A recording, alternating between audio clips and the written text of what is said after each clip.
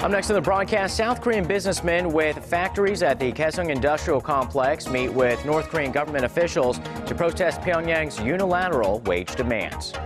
Despite some hopeful signs at this week's trilateral meeting, the president and ruling party find themselves at odds with the main opposition over an alleged lack of sufficient policies to revive the economy. And over in Israel, the current prime minister's right-wing party claims victory in this week's parliamentary elections, clearing the way for a fourth term in office for Benjamin Netanyahu. Primetime News begins now.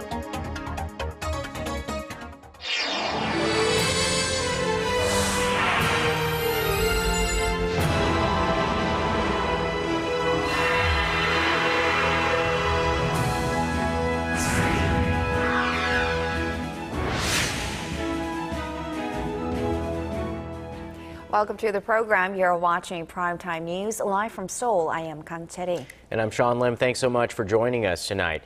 We begin with the latest discussions to settle a tussle over wages at the inter-Korean Kaesong Industrial Complex. Today, a group of South Korean businessmen visited their factories there for talks with North Korean officials. This trip comes after Pyongyang unilaterally demanded a wage hike for its workers at this complex and refused to discuss this matter with the South Korean government. Our Hwang Sung-hee reports.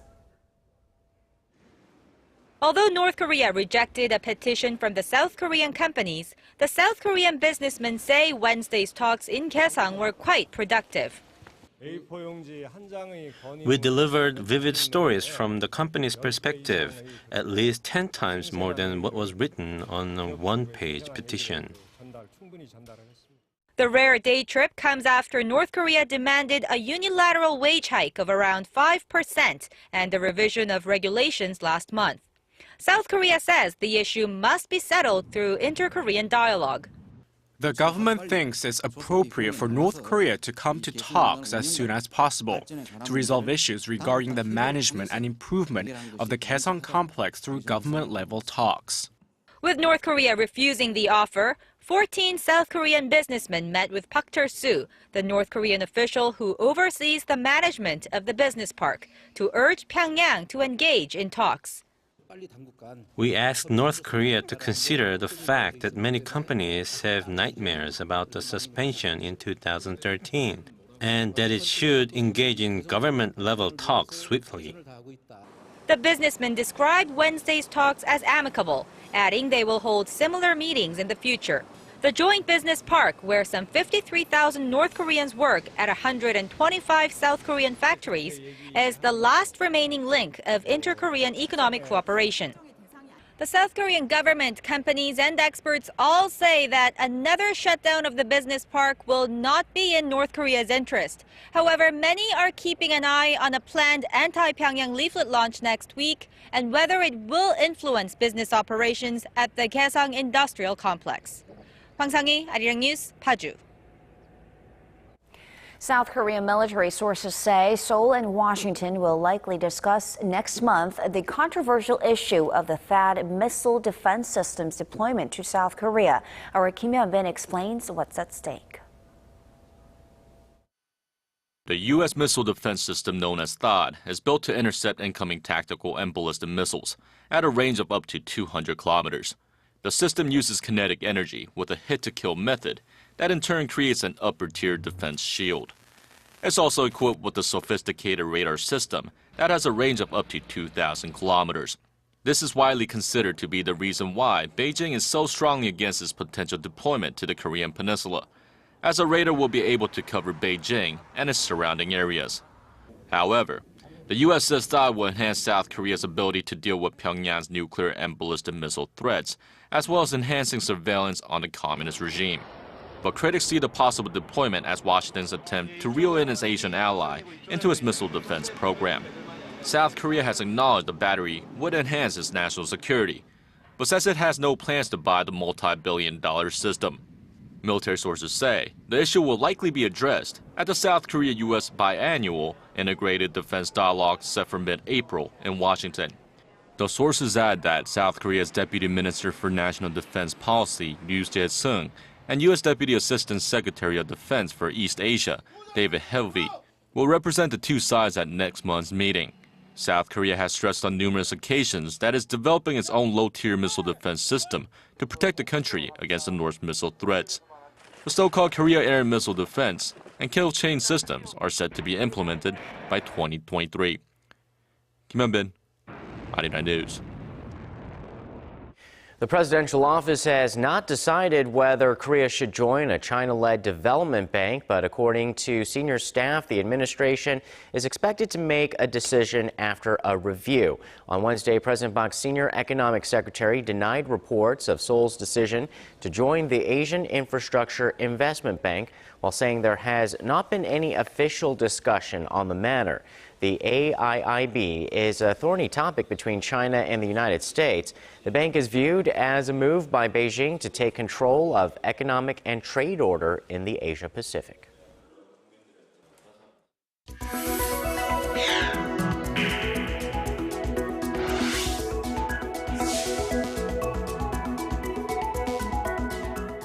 Korea's rival parties have come out with their reactions to yesterday's meeting between their leaders and the president, and they've drawn out their debate on the government's economic policies. Our Park Ji-won tells us more. Ruling Central Party Chairman Kim Moo-sung said Wednesday that Tuesday's trilateral talks with the president and main opposition party leader provided the rival parties with a good opportunity to see that bipartisan efforts are necessary in order to revive the economy. Kim added that both parties need to focus on pending bills that could benefit the economy. He also criticized main opposition party leader Moon Jae-in for characterizing the Park administration's economic policies as a failure during Tuesday's meeting. I think Moon's remarks that the economy is a failure and facing a total crisis could lower economic players' confidence at a time when the nation's economy is taking a positive turn. Moon, the chairman of the main opposition New Politics Alliance for Democracy Party, apparently doesn't agree with Kim's assessment of the current economic situation. He said Wednesday that there's a huge gap in the way the economy is assessed and in devising measures to counter the crisis. We've realized once again that there is a huge difference in perspectives. The current administration doesn't have any critical minds or lacks measures for addressing issues like normalizing the corporate tax rate, housing rental and jeonse costs, and the country's mounting household debt. The presidential office also defended itself against Moon's remarks. It said that the economy has seen steady growth since 2012, with a growth rate of 3.3% last year, up from 2.3% in 2012. The presidential office added that it takes time for the rise in the growth rate to be felt by the general public and vowed to focus on consolidating the nation's economic recovery. Presidential office spokesman Min Kyung-wook expressed the hope that the trilateral talks will generate momentum for parliamentary cooperation in reviving the economy. Park Ji-won, Arirang News. An economic data point on the jobs front today. Korea did add jobs in the month of February, but the so-called real unemployment rate, it's at a record high. Our Shin Se-min has the details. The nation's unemployment rate hit a 5-year high in February of 4.6%, a jump from 3.8% from January and 0.1 percentage point higher than the year before. Statistics Korea said Wednesday that the high jobless figure comes on the back of seasonal factors. February is when students in Korea graduate, pushing the unemployment rate up that month. In addition, Korea's real unemployment rate in February hit a record high of 12.5% since the data collection began last May. That's 3 times as high as the official jobless rate. The real unemployment rate includes day laborers, people who are looking for a job, those who are underemployed, and those who have given up looking for a job. The figure is much broader than the official unemployment rate, which only accounts for the number of people who want jobs but have failed to get one. Despite the rise in the unemployment rate, the number of jobs created increased as well. Over 370,000 new jobs were created last month compared to the year before. The number of employed people topped some 25.2 million last month, also thanks to seasonal factors, as major local companies hold the first of 2 annual recruiting rounds during that time of the year. Graduation season has two major effects on the job market. Some graduates may be hired right off the bat, while others may remain jobless. So this is the reason behind the surge in both the jobless and unemployment rates last month.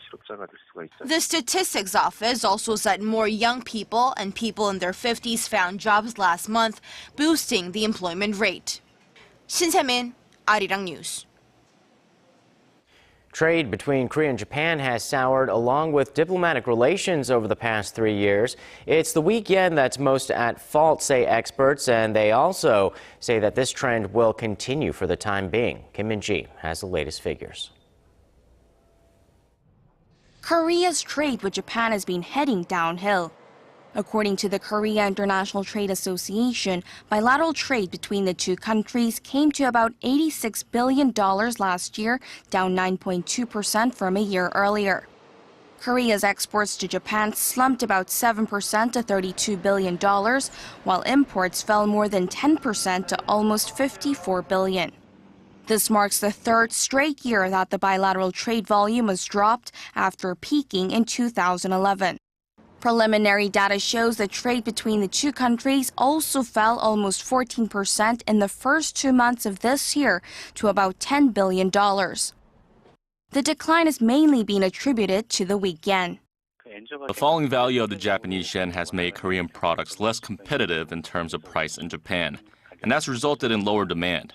Japan has also increased production overseas, so imports out of Japan have seen a decline. Experts forecast the downward trend to continue as Japan's monetary stimulus programs will keep the value of the yen down. Kim Min-ji, Arirang News. The U.S. Federal Reserve will soon ready the markets for a rate hike, marking a turn against the global trend of monetary easing. For more on the potential impact on the Korean economy, here's our Hwang Ji-ae. Investors broadly forecast that the U.S. Federal Reserve will signal on a rate rise in June by dropping the word patient from its official policy statement set to be released on Wednesday local time. Improving jobs data is stoking such expectations. There's been a very clear trend towards improvement. We saw that in the February payrolls that we received recently. So I think the odds are that they will remove patient from the statement, sort of indicating that they're within a couple of meetings of that initial rate hike. But the surging U.S. dollar that came on the back of such forecasts and the European Central Bank printing more euros is clouding the timing of a rate rise. The soaring greenback erodes the price competitiveness of U.S. exporters in the global market and could hurt the pace of recovery. The Fed's next move also comes in an environment of sluggish global demand and slowing growth, where more than 20 central banks across the globe have eased policy this year to revive ailing economies. And Korea is no exception. The Fed's decision on its key rate has largely affected Korea's key rate. But now Korea's interest rate is more affected by monetary policies in regions other than the U.S. There are concerns, though, of a massive capital outflow from Korea in the face of the Fed's possible rate hike and a record low key rate. The good news is that Korea is now less vulnerable to such risks. Korea continues to post a current account surplus, and this leads to increasing foreign exchange reserves. That will help Korea absorb shocks coming from capital outflows. The Bank of Korea governor, however, has cautioned against too much optimism, saying the central bank will closely monitor risks related to capital outflows. Hwang Ji-ae, Arirang News. An endoscopy is a common procedure during a health checkup here in Korea, and now there's new hope that local researchers have developed groundbreaking optical technology to detect cancer cells at levels never seen before. Our Son Jung-in has more on the innovation. A patient who has been complaining of discomfort in his stomach is undergoing a gastroscopy when doctors spot a scar on the stomach wall. With an endoscopic examination like this, doctors can detect imperfections such as lumps or scratches. But they cannot spot cancer cells because of the way light scatters, blocking their view. However, a team of local researchers whose work was published in the journal Nature Photonics earlier this month has developed a high-resolution optical microscope that can detect abnormalities related to cancer at the cellular level. The device assigns different values to light waves as they're emitted from various angles and collects the information. We've developed a microscope that can obtain information from light as it goes in and out of the tissue. The optical device enables doctors to see 1 millimeter into the skin with a resolution 10 times clearer than existing microscopes, helping them to detect cancer at an earlier stage of development than what is currently possible. This new technology will overcome the shortcomings of the existing endoscopy. It could give us a way to detect cancer earlier by observing changes in human deep tissue at the nucleus level. The researchers expect their new optical microscope to be put into practice within 5 years after being fully developed for the early detection of cancer. 손정인, Arirang News.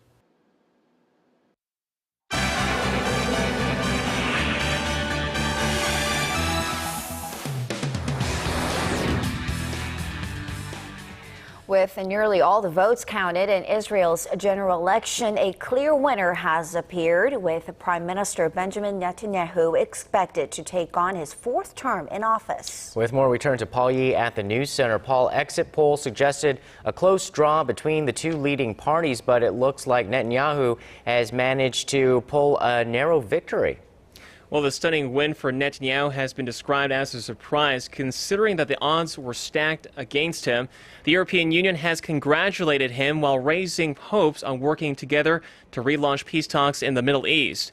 Moving forward, Netanyahu's Likud party now faces the daunting task of forming a new government in the coming weeks. Arirang's Kwan Sua has this report. A clear but surprising win. Sitting Israeli Prime Minister Benjamin Netanyahu's right-wing Likud party claimed victory in Tuesday's parliamentary elections. Against all odds, a great victory for Likud. Israeli media reported that with nearly all of the votes counted on Wednesday morning local time, Netanyahu's party won at least 29 seats out of 120 in the Knesset, Israel's parliament. The party's main rival, the central-left Zionist Union led by Isaac Herzog, won 24 seats. The Likud party's victory came as a surprise as pre-election polls on Friday showed the opposition party in the lead, and Tuesday's exit polls had the two parties tied. Once the results are confirmed, Netanyahu will embark on forming a new coalition government with other smaller parties, a process that could be months in the making. I spoke tonight with all party leaders in the national camp, and I asked them to join me and form a government without delay. Reality does not take a break. Israeli citizens expect us to quickly form a responsible leadership that will work for them. The key issues in the race were less focused on security issues than they were in the past, and more on domestic issues related to the soaring cost of living and housing prices. The election results could give Netanyahu a 4th term, making him Israel's longest-serving prime minister. Kwon So-ah, Arirang News. And staying in the Middle East, Syria says its forces shot down an unarmed U.S. drone over its airspace, marking the first incident of its kind since U.S.-led coalition warplanes began attacking Islamic State targets. Syria's state-run broadcaster Sana first broke the news on Tuesday. It said that an American surveillance plane was brought down along its western coast. Video purportedly of the debris was shown, but no exact details of its location or timing were released. This as U.S. officials have all but stopped short of saying that aircraft was shot out of the sky. However, sources cited by Reuters confirmed that the U.S. military lost contact with one of its Predator drones over Syria. Our authorities were said to be still trying to determine the cause of the alleged crash. And turning to Washington, the U.S. Secret Service has reportedly confirmed that a suspicious letter sent to the White House has tested positive for cyanide. Secret Service spokesman Brian Leary shed light on the incident in a statement on CNN. He said the letter was received on Monday with initial screenings turning up negative. However, further tests did show evidence that the letter may have been lined with the toxic compound. Fortunately, no injuries were reported. The litter in question didn't make it past the mail sorting facility, and no one was considered at risk for exposure. The statement was released just hours before the head of the Secret Service came under fire for a series of embarrassing security lapses. In the latest incident, Director Joseph Clancy admitted to Congress that 2 of his senior agents drove into the White House barricades after a night of heavy drinking. And finally, a glimmer of hope has appeared for the global economy. The Organization of Economic Cooperation and Development has raised its growth outlook for the next 2 years. The international watchdog announced Wednesday that the economies for which it provides forecasts are expected to expand by an overall 4% this year. Now that's up 1/10 of a percentage point from last November.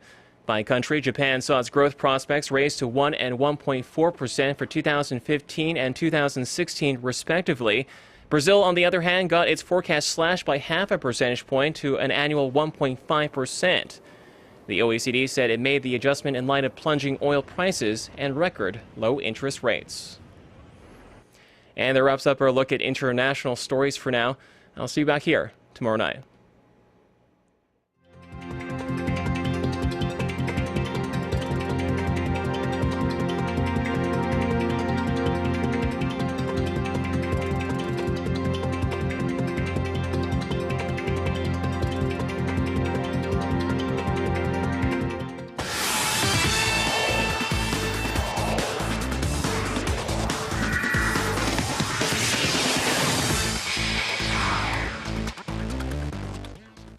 Hello everyone, I'm Stephen Che with the Sports Brief.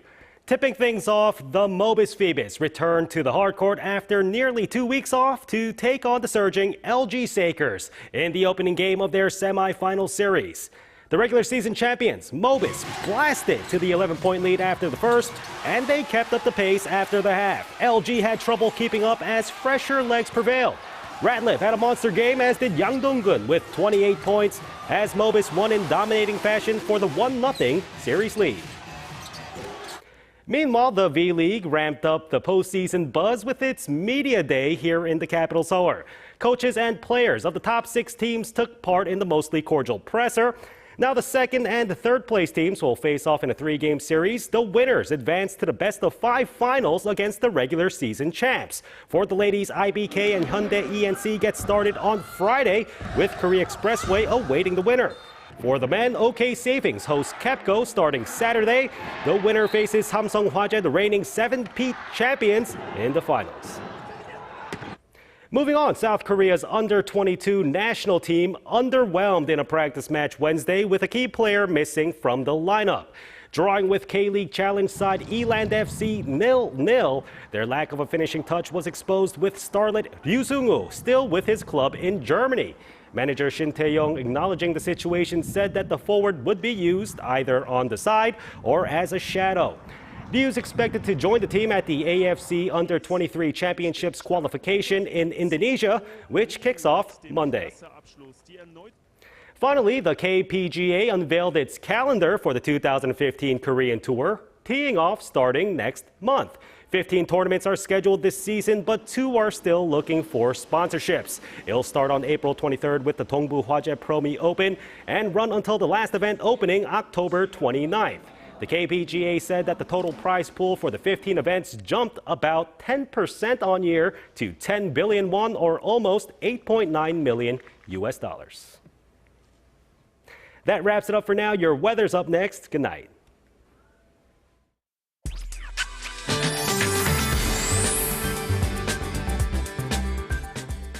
Hello and welcome. I'm Kim Bo-kyung with your weather forecast. It was a rainy day nationwide, and sporadic drizzles are still falling in some regions, so make sure to grab an umbrella if you are headed out. So it looks like less than 5 millimeters should fall here in the capital, while up to 30 is expected for both Gyeongsang-do provinces, and conditions will slowly clear up by tomorrow morning. So Seoul should start off the morning at 8 degrees, but by the afternoon, daytime highs will climb up to 20 here in the capital, while it should reach a high of 19 over in Daegu and this is about 2 to 8 degrees warmer compared to today. Looking ahead, numbers will continue to stay above the seasonal average range through Friday, but be aware of the big gap in numbers from day to night. On to tomorrow's readings. Seoul hits a high of 20, Daegu and Gwangju 19, Busan hits 17. Meanwhile, Jeju peaks at 16, Dokdo 12, Kumgang hits 10. Those are the updates I have for you now. I'll see you soon.